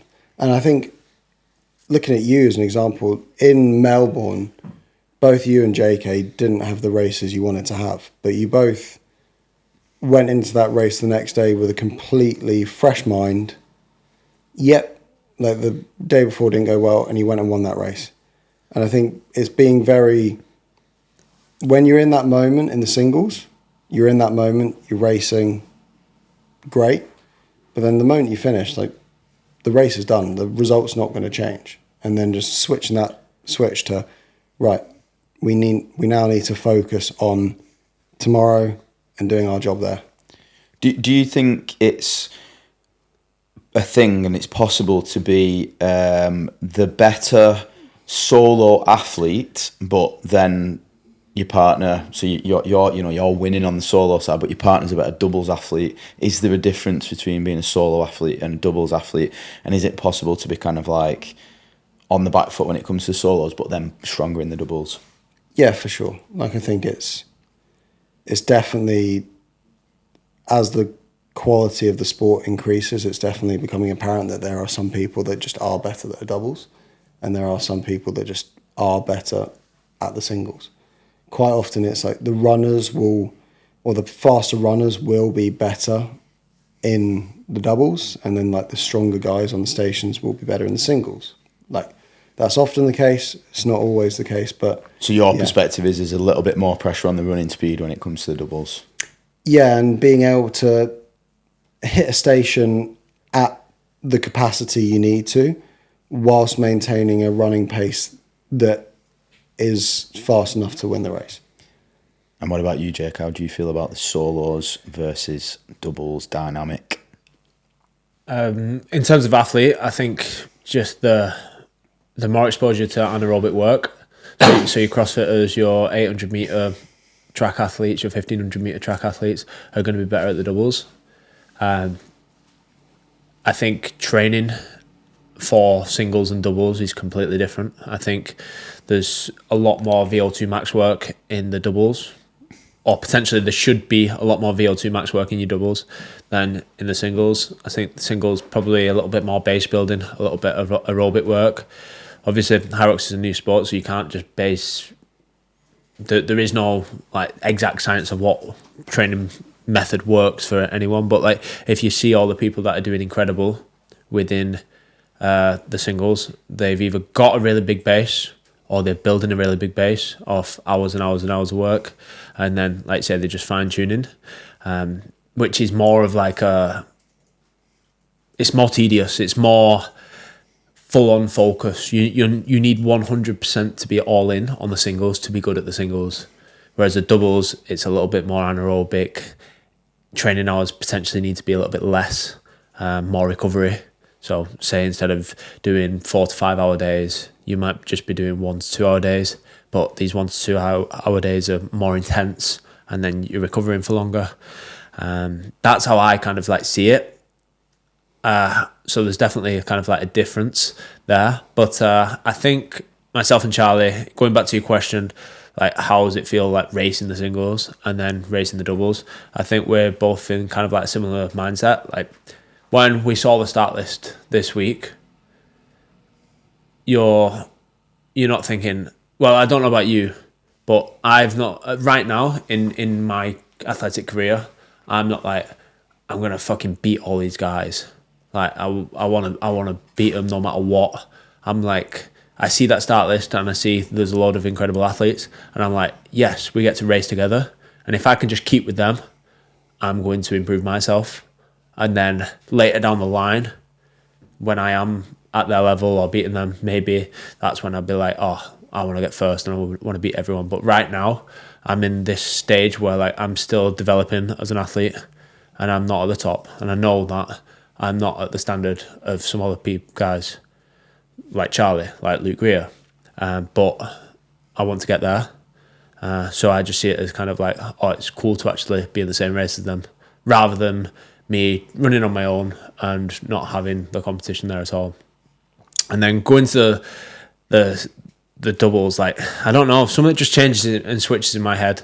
Like the mentality is like I'm willing to die for my partner, suffer a little bit more. I'm willing to do whatever I can for my partner, and I think you kind of like need that. And if you both have that, then you're gonna do better. And at the end of the day, like if you do go too hard, if you've got a good partner, they're gonna pick up the slack. Like you if you did overcook it, and vice versa. Like if Charlie says in a race, if he turns around and says, "Oh, I'm struggling," then that instantly thinks in my head, it like sends a signal, and like I don't even feel tired anymore. It's like, and it might be a tactic we play on each other, but if Charlie says that I feel tired, I physically like I'm not hurting. I find another gear because it's like you need to step up for your partner. Well, in Warsaw, like for instance, I was struggling with my stomach. Jake did the whole farmer's carry, and I offered to do it, and he was like, "No, just try and recover." And it's like making that decision in the race, in the moment, is like, yeah, it's a really good sign of a good doubles partner. But like I don't know, it just you've got to be willing to suffer for each other, haven't you? I think if you want to be like actually successful as a pair, not necessarily like think about making yourself look good or maybe the outcome, but more just looking after each other, picking up the slack, being humble to say to your partner, I need help. Do you know what I mean? I think them are the key things when it comes to the doubles. That's a big one. Like today with the sled pull, like I'm 15 seconds slower than Charlie on the sled pull. So but he had an easier lane though, don't forget. Oh yeah, he cheated. He cheated. we were next to each other with the sled pull. I'm joking. I was fourth, he was fifth in the sled pull. So 15 seconds quicker. So Charlie's stronger on the sled pull. That means that potentially Charlie will pick up the harder half, if that makes sense. Did you do that on purpose so that you don't have to do the first half tomorrow? Yeah, potentially. tomorrow I'll start the sled pull, and that was the tactic we had in Warsaw, just because naturally I'm stronger at the sled pull. What? So you've raced together now a couple of times. Is this your third race together? Third one, yeah. This is coming. feeding. Tomorrow will be third. Yeah, third one. Obviously, you had your issues in Warsaw, but it was looking like it was going to be quite. Even though you were struggling all the way through, like it was quite funny that race. I was stood on the corner, out the way on the what I call the dark end of the course. I remember making eye contact with you. Every lap was like, I can't do it, and I was like, you're just going to have to. Like, there's nothing you can do about it. Yeah. But literally from I don't know right at the start, I was in the warm up like. I'm actually going to be sick. Yeah, and it was just like every lap I was like, come on, just keep going. One more lap. Did you figure out what it was? Was it like a bug, or was it like too much bicarb, or too much creatine? So I can't you're take. A bit intolerant. I can't take creatine, and there's a supplement I was taking, like just from my protein, like one of the ones, and I didn't realise it had creatine in it, and it had creatine in it, so I took it before the race, and that's why my stomach was completely. But getting back to it, that was even with them issues. That was looking like it was going to be like probably a PB for you guys, and I think Jake was stood waiting for a while in maybe 5th place or 4th place or something on the wall balls, and that's with a lot left to give, right? Because what place did we come? We came like 13th or something. Yeah, but like even if I could have done more on the farmers, would have been quicker. Like sure. And like from the get go, I was compromised, and you picked up the slack. But in the doubles. Doesn't matter how good Jake is. If I'm struggling to that point, we're not going to perform at the top. But it was really good signs that we came out of the lunges in like 5th place. Yeah. But before that, I'd been like, we had to slow down on the runs. Yeah, you was essentially like really struggling, weren't you? But I'm so excited to I was going to say, so like you know, Jake's had a really good race today. I think like bridged the gap between. The likes of yourself and Luke and Liam, who've maybe been a couple of minutes or more quicker over some of the Elite 15s this season and recent races. Jake, like, we're in a place with Jake's training where he's just kind of coming into peak for HYROX now. Obviously, the plan is, you know, June's the peak, you know, the doubles. But you look great today, look really fast, back to your normal self. Like, there was no famous Charlie face. What's your goal? What's your goal for this race? Times I think are a little bit naive to talk about because every track's different, and we're not moaning about that. It's just a fact. But what's the goal? Win, but win knowing that we executed the race how we wanted to execute, and win knowing that when push comes to shove against the likes of your Tims, your Alexes, we can hang and we can maybe even like beat them. I think main goal is win, just because it's points on the board, but being happy with how we execute the race. So like executing it a bit better than last time. Yeah, and like being like I want to be in a dark spot by the end of it. So like today's race was very measured. Like I knew where I was in the race. I knew where I needed to be. I knew getting into the wall balls what I needed to do. Tomorrow I don't want to be able to think about what I need to do. I just want to be able to think about I just need to get to the wall balls. And you guys, when you race together, like do you have like you know, you've just mentioned that you'll start the sled pull, for example. Do you have quite a structured game plan, so to speak, or is it just kind of more a rough idea of what you think is going to happen, but then being adaptable and communicating and kind of picking up the slack when you need to? Like, what does your race plan look like? John, just go through it from start to finish. Yeah, so like the ski will hit, I think it's 125 metres each, just 8 rounds, so 4 each. Who starts? Just whoever gets there first, yeah. And then sled push, I'll start, Jake will finish, but then because I'm starting the sled pull, it's kind of just evens out. Burpees tomorrow, we're quite lucky in the sense that it's 6 lengths, so we'll do a length we each. Probably could just do a length each. It's like 4 or 5 big jumps. So I think that's one thing with the burpees. Again, when you don't have to focus on the switchover, it makes it so much easier. You're not counting how many reps, because I know some people do time, some people do number of reps, some people do distance.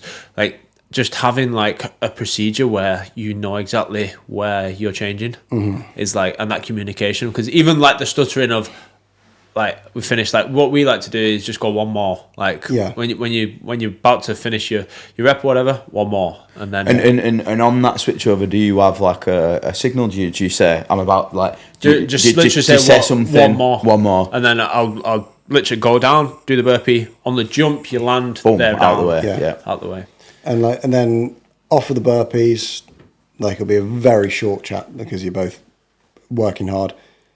Like whoever's struggling more will do the big middle part of the rower. So that, and when you say struggle more, maybe going off who's the back marker in the running. Yeah, so on the previous. So for instance, in Warsaw, I was clearly the one struggling more. So Jake straight in on the rower. Alternatively, in Phoenix, I was the one struggling. And that's like because you get to push the run and maybe become really uncomfortable, but then you know you've got like a minute's rest almost with that first chunk of row, and then you know you're going to get a minute's rest before you've got to run again. Yeah, and then like you do that 2 minutes in the middle, but if you are really struggling, you can pull it back a bit. And if you're 3 seconds slower per 500 meters, it's enough to recover. You know you've got another minute's rest. Seconds. Yeah. And then coming off of that, it's kind of just like see how you're feeling. Like I'm probably stronger on the lunges, so then like definitely I will try and work a bit harder on the lunges tomorrow. I think this is good, because a lot of people that I see and speak to that are just normal people doing HYROX for the first time, they have this like super rigid plan of how it's going to go. And then we when we do partner workouts, we have this thing called the hammer and nail, and it's like inevitably like one person starts to suffer, which then means that the other person's like maybe running slower than they're capable of, and they're therefore getting stronger. But because they're sticking to this rigid plan, you've just got one person who's getting absolutely hammered, and the other person's just getting fresher and fresher. Yeah. So like, would you say it's a good piece of advice for, you know, maybe less experienced people and teams to have a plan, but understand that plan may need to kind of evolve and change as the race goes on? Yeah, for sure. Definitely, you've got to communicate like throughout the full race. So after the row, farmer's carry, I'd probably say I like to split it where the first person, whoever's feeling like pretty fresh, goes into the farmer's carry unchalked, so you're saving time there. The other person's chalking up so that they can go off, and then the first person does either 100 or 120 meters, because you know after that you've got to get out on that run, and if you leave over 100 meters for that second person, then they're going to be slow on that next run. So if you can give them just 80 meters, you've got enough time to recover, and then you can go again. Farmer's carry doesn't take that much, and I think stopping more is actually what slows it down. If you look at the data between the singles and the doubles, it's not farmer's carry, there's not much difference because people are stopping to change. So you're better off probably just having one change. And then, like you say, lunges, probably 25 meters. Yeah. Normally, unless someone's struggling at that point. But it's just about stepping through on the lunges, and then wall balls. Like the race is a sprint finish to the wall balls. So that last run, just get them wall balls going. Just that's all you need. You get the rep counter moving. Even the mentality of sprint finish, do 15 wall balls. If you do 15 wall balls, which doesn't sound like much, but then that's 30 seconds rest for your partner, who then can bash out a 30 reps or 40 reps or whatever, and then you go in. Rather than staying reserved like you would on the singles, going 20 seconds slower on the run, and then getting in and being 10 wall balls behind. Like, just get that ball moving. And that's kind of the mentality. But like, going back to your question, like the aim for me, and it is with every doubles race, first and foremost, is no penalties, because it's so easy to get a penalty, but it's also so easy just to focus and perfect what you're doing so you don't get a penalty. Why do you think some teams seem to get like a lot of penalties? Do you think it's because they're rushing? Do you think it's because they're just, you know, not very good at the movements? I'm going to call them out here. I think it's just laziness and trying to cut corners in whatever they're doing, because you do get a warning most of the time. You get a warning on every station for movement quality. If it's not movement quality, then something might be going wrong, like littering, spitting, whatever. Yeah, that's just things that are in the rule book and it's black and white. You just do not do. But when it's movement standard, you get a warning. And if you get a warning, then you just don't do it again. You get a telling off. You might need to slow down your reps or whatever, but it's your fault because you got the warning. It's as simple as that. I don't know what you think about that, Charlie. I think a lot of it is panic as well. Like, you get one penalty and then you start overthinking it and doing weird shit. Like on the burpees in Hamburg, I remember, I think it was the Spanish lads, they got like 60 seconds worth of penalties. And I think they probably just like panicked. And then you get that first one and then you're panicking like, oh, what would I do wrong? And then you step again and you get another penalty and it's like, oh, I've now lost even more time, and then it kind of spirals almost. So I think it is also a sense of panic for some people. You two hardly ever get penalties. I don't think we've ever got. I can't recall a time that either of you have ever had a penalty. You've had one in Hamburg, right? I got in the doubles in Hamburg. Oh yeah. That we snipped him at the end because of that, and it was a questionable penalty as well. To be fair, and I was like, oh well, but yeah, like I don't. No. Sure. Have you ever had a penalty in the singles? To be fair though, you were quite giddy that night as well, weren't you? I think. Oh well, yeah, I was quite. Do you know excited, what I mean? Or overexcited maybe. And I got a penalty in Warsaw when I fell over on the lunges. You fell over? Yeah, your sandbag's not allowed to touch the floor. Oh yeah, so yeah, I stacked it on the lunges. Sorry, sandbag touched the floor. Yeah, I remember watching that actually. I was stood at the side of the track. Red card, and I was like, fuck. Yeah, that's like a double kick in the teeth, that, isn't it? Not only have I fell over, I've got a penalty as well. Yeah, to be fair, I was so out of it in the singles in Warsaw, I just stepped and I just rolled my ankle and keeled over. Wow. It's quite amusing for everyone. So just kind of, I think, rounding off this little bit, which is really interesting to me. So what's the plan for next season? In terms of, we're racing together, which we're excited about. We're getting some points this weekend. Are we going to be racing all the Elite 15s? Is the aim to qualify for World Championships as a pair? Win a race? Like, what have we got to the point where we've kind of like quantified some goals? Racing every major, if possible, and end up as high up that leaderboard as possible. Do you think you can win it? I think if you don't believe you can win it, then what's the point in trying to compete at the World Champs? I truly do. Next year more than ever, I think. And this is my advice to anyone that's trying to get in the Elite 15. And it's a little bit of a, probably not an unknown, but like if you think about it, if you want to be in the Elite 15, focus on the doubles next season. Because if you look at most of the good pairs, they're all from different countries, which means next season they won't be able to race together. They'll need new partners, and they're simply not going to be as good for the first season. And then it'll start getting better and better and better again.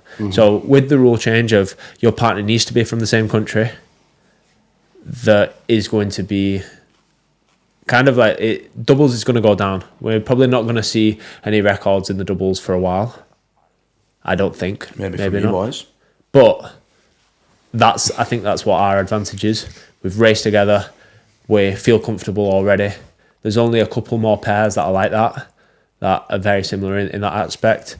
At the moment, we've had 2 races, and I think we're a low 49, if not bordering on that 48 already. And I think with a bit of practice together, with the training together, like we've spoke about, me going down to Charlie's gym for weeks at a time.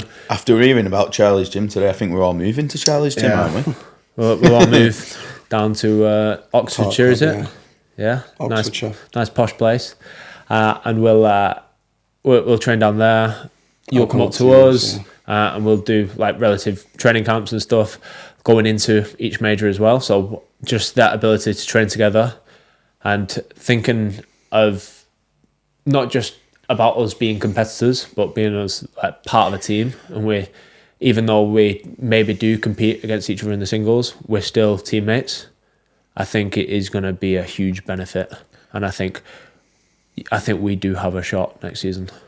The most common question I've been asked in, I would say, the last couple of months, not "Hi John, how are you? Like, what have you been up to?" This is at HYROX events, by the way. Has been, are Jake and Charlie racing together? or who's Jake racing with, or whatever. Obviously, you both probably had multiple options as to who you could have raced with. What made you choose each other, so to speak? Like, what was the, what did you like in Jake, and Jake, what did you like in Charlie? What kind of helped you come to that, what was probably quite an hard decision? It sounds like we're in a relationship, this. Well, there's, you can't see it, but there's a candle in the middle there. Well, I think we saw it in Warsaw. Like, I didn't even have to tell you I was struggling, and you just picked up my workload. And I know that, like, you'll do that in every race if you need to, kind of thing. And I think that's a really important thing. And I've only ever heard from other people like you say nice things about me, and you're just a genuinely like nice person.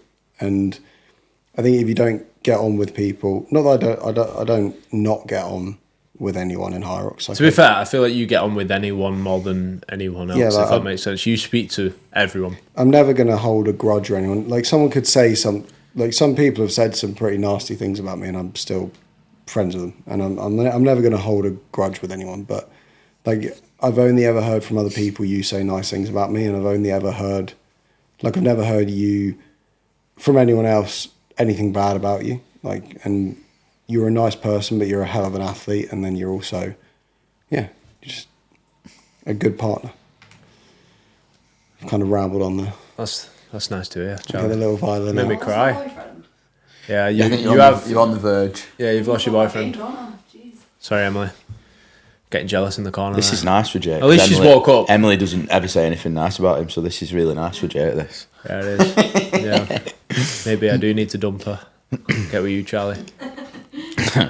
So what about you, Jake? What made you choose Charlie? I think out of everyone in the UK HYROX scene, I think Charlie's the most all-in person. I think it'd be hard to argue that. I don't think anyone could. When you say all-in, you mean the way that he trains and leads his life and all everything. that? Like we've talked about in this podcast, like you can see how, like say, how calculated it is, how much he cares, how much he is all in. And Charlie's going to be something very, very special within HYROX, outside of HYROX as well, but inside of HYROX, like, he's going to do great things. And I believe that. Like, you're only 24 and you're right up there contending with potentially being world champion this year, and you're 24. That's insane. And it's not like you've just been gifted it. Like, obviously you were a very gifted athlete and you're very talented, but I've seen how many times you've failed and you've got back up. And like I say, you've raced more than anyone else within the space. And that just shows that kind of like that dog in you. But outside of that, like you say, you're really nice to actually be around. Funny to spend time with. It's funny because we always get called, myself, John, Tommy, my videographer, and Emily, my girlfriend, like we're a group of misfits that travel around together because we just don't look like we'd be together. And we always have fun, but I think you complement that kind of group and you fit right in with your own weird and wonderful ways, being the nicest. Yeah, basically you're a loser like all of us. But no, and apart from that, like I say, we connect in a race format. Like, I think, like you say, you do exactly the same as what I did for you. Well, in fact, you have done it in Phoenix. I was suffering, and you pulled your weight, and I just think we'll click. But I think there's so much more potential. That's what I see. Like, I've raced with other people, and I think, we did everything great there, but like, how do we improve? Like, JK is insane. He's an insane athlete, and I'm gutted that I can't race with him. Like, after, maybe we might do some for fun or whatever, but I'm gutted that I can't race with him next season.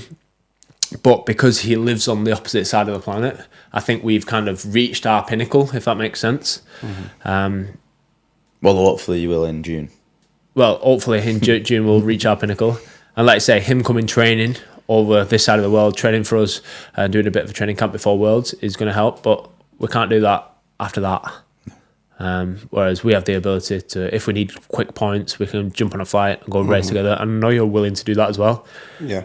So all of them things, I'm going to stop licking your ass now. There you go. I think it's going to be an exciting year ahead and years to come as well, hopefully. So that's definitely the plan, isn't it? Longer term. I think for me it was a good mix, because I think you get on with him, John. Yeah, and we've spoke about that, haven't we? Where like sometimes it can be weird where, you know, you've got an athlete who's got a coach and you've got another athlete who's got a coach, and then one athlete and coach has a certain perspective on how the race should go and the other one has a slightly different perspective, and you can kind of butt heads a little bit. But I find it quite easy to kind of like tell you my approach and how I see it, and vice versa, and we're kind of aligned, aren't we? Mm-hmm. I think the most exciting thing is I think that you will work really well as a pair. Like, and I think from a physical side, I think you'll actually do really well. I think you've got potential to win, which not everyone has. Final thing from me, really, a question that I've got that I'm sure people want to know. Charlie, do you think you can win World Championships? And Jake, do you think you can win World Championships, obviously in solos and doubles respectively? I'm at the point in my career where I need a lot of things to go wrong for other people to win, and I'm not afraid to say that. Like, I'm not as good at the moment as your Hunters, your Tims, your Alexes, your Dylans. But I am at a point where if I have my day and like a few people maybe don't have their day, I could get on that podium. It's not likely, and I'm not afraid to say that. Like, it's probably quite unlikely that I'll get on the podium or even top 5. But if I have a good day, I can get on that podium. I don't think I can win just yet. And I'm like, people might say you need to believe in yourself. And like I said earlier, if you don't think you can win, why are you doing an elite race? But I'm just not at that point yet. I've noticed with you that there's like you can have a really, really good race, like say today, Glasgow. There's a few other examples, and then sometimes from the outside looking in, you can look like you're maybe off the pace a little bit, like, you know, maybe Warsaw or Phoenix that springs to mind. What's the reason for that? Is it something to do with the fact that it's a regular race versus a Elite 15 and all the pressure and the different things that you've got to face? Is it something to do with the preparation? Because kind of Glasgow and obviously here, there's not as much travel involved, whereas the examples that I've used, you maybe like jumping on a plane, living in different places for a number of days or weeks. What do you put that down to? Or is it simply just because you're in a slightly different phase of your training block? Probably different phases. I also think I do a bit too much around majors. Like, for instance, yesterday I did my pre-race, I did a run, I did a bike, I came here and I kind of chilled out most of the day. Whereas like I'm always like running around the day before a major race doing things, and obviously Warsaw I was running around chasing my phone. And when you say doing things, you mean things that maybe people don't understand, like media and sponsor commitments and all this sort of stuff? And I probably I'm not as efficient like if you look at Alex Ronkovic, he gets his media done, but he gets there, gets in, gets out. And I probably should be a bit more efficient in how I do that. And then also, like, I've had a few health issues since probably just before Melbourne. And I had a blood test a couple of weeks ago, and thankfully, like, I've kind of on the up out of that. So hopefully that kind of brings me back into form in that sense. So I think it is just a case of I just need to be more relaxed around majors. Like, I went into today's race relaxed, not too bothered, not too stressed, and I went and performed very well. You almost didn't care. You didn't care, like obviously you care, I understand that you care, but like you came across as if like it's just a race. You actually said, I'm not bothered about this race. I'm bothered about tomorrow night because we need points tomorrow night. And that's true. You didn't need points today, but because you're in that relaxed space, you probably went out there and performed your best. Yeah. What do you think you can do to kind of bring that kind of sense of like stress-free, relaxed attitude to the major races? Be happy. Like I wasn't happy in myself and like I don't want to sound like soppy or anything. I wasn't happy in life in Phoenix or like London or Warsaw. Like last few months, even post Melbourne, have kind of been quite tough. But like now I'm happy, and like I enjoy every second kind of thing. So I think if I turn up to a race happy, I'm on the front foot. If I like and happy and like not just myself but everyone in my life is doing well, I'm in a good spot. But then if things outside of the sport aren't where I want them to be, I'm thinking about them and I'm worried about them kind of thing. So I just need to get to Stockholm happy. Easier said than done, but I'm sure you'll do it. Jake, Elite 15 doubles, World Championships, James Kelly being your partner. Are you going to win? I think doubles is a little bit different.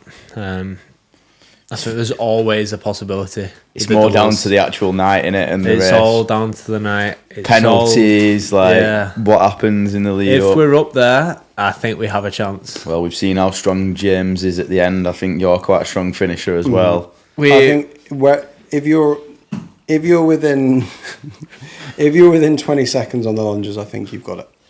Going into the lunges, because you guys are so efficient when it gets to the wall balls.